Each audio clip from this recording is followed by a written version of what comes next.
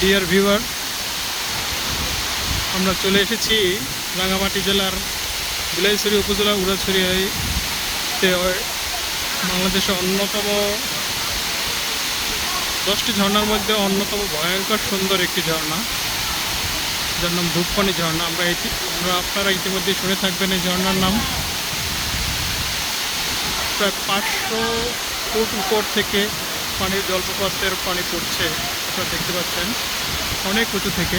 আমি অনেক ঝর্ণার একেবারে নিচে দাঁড়িয়েছি। এখানে পানিতে আমাদের কয়েকজন কলিগ আছেন, তারা পানিতে নেমেছেন।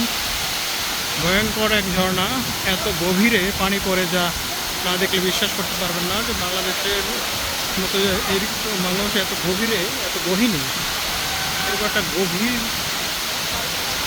জলপ্রপাত রয়েছে। অনেক উঁচু থেকে পানিতে পড়ছে, দেখেন একেবারে নিচে পানি পড়তে পড়তে এখানে একটা গভীর জলাশয়ের সৃষ্টি হয়েছে। আমি সেই জলাশয়ের সামনে দাঁড়িয়ে আছি। এখানে অনেক পর্যটক আছেন, অনেকে আছেন, কিন্তু এখানে আসতে গেলে বিলাইছড়ি থেকে প্রায় 2.5 ঘন্টা অত্যন্ত দুর্গম পথ, ঝিরি পথ, পাহাড়ি আঁকাবাঁকা পথ, কর্দমাক্ত মাটি এবং পানির মধ্যে থেকে হেঁটে আসতে হয়। অত্যন্ত শক্তি সামর্থ্য লোক ছাড়া এখানে আসা ঠিক হবে না। অনেক পাহাড়ের উপরে উঠতে হয়, আবার নিচে নামতে হয়, অনেক দুর্গম পথ পার যেতে হয়। প্রায় 2.5 ঘন্টা হেঁটে আমরা এখানে পৌঁছেছি। পৌঁছে এখানে আসার পর আমাদের সমস্ত ক্লান্তি দূর হয়ে গেছে অপরূপ সৌন্দর্য দেখে। আমাদের দেশে এরকম অনেক কয়েকটা ঝর্ণা আছে অত্যন্ত সুন্দর। আপনারা হামহাম ঝর্ণার নাম শুনেছেন, গাছছড়া ঝর্ণার নাম শুনেছেন, সুবুলং ঝর্ণার নাম শুনেছেন। এই ঝর্ণাটি ছিল এতদিন অনাবিষ্কৃত, মাত্র কয়েক বছর হয়েছে ঝর্ণাটি আবিষ্কার হয়েছে। এখানে একজন বৌদ্ধ ভিক্ষু ধ্যান করতে এসেছিলেন, তিনি তার মাধ্যমে এই ঝর্ণাটি আবিষ্কৃত হয়েছে। এখন অনেক পর্যটক এখানে আসেন প্রতিদিন। আমরা 7 জন এসেছি আমাদের ট্যুর গ্রুপে।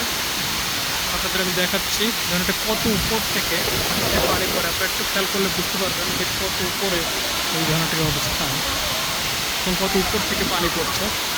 একটু খেয়াল করুন।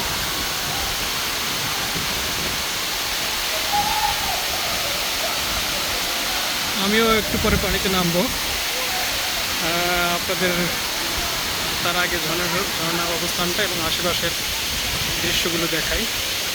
অত্যন্ত চমৎকার মনোরম পরিবেশ, এই দুর্গম পাহাড়ে অবস্থিত ঝর্ণা।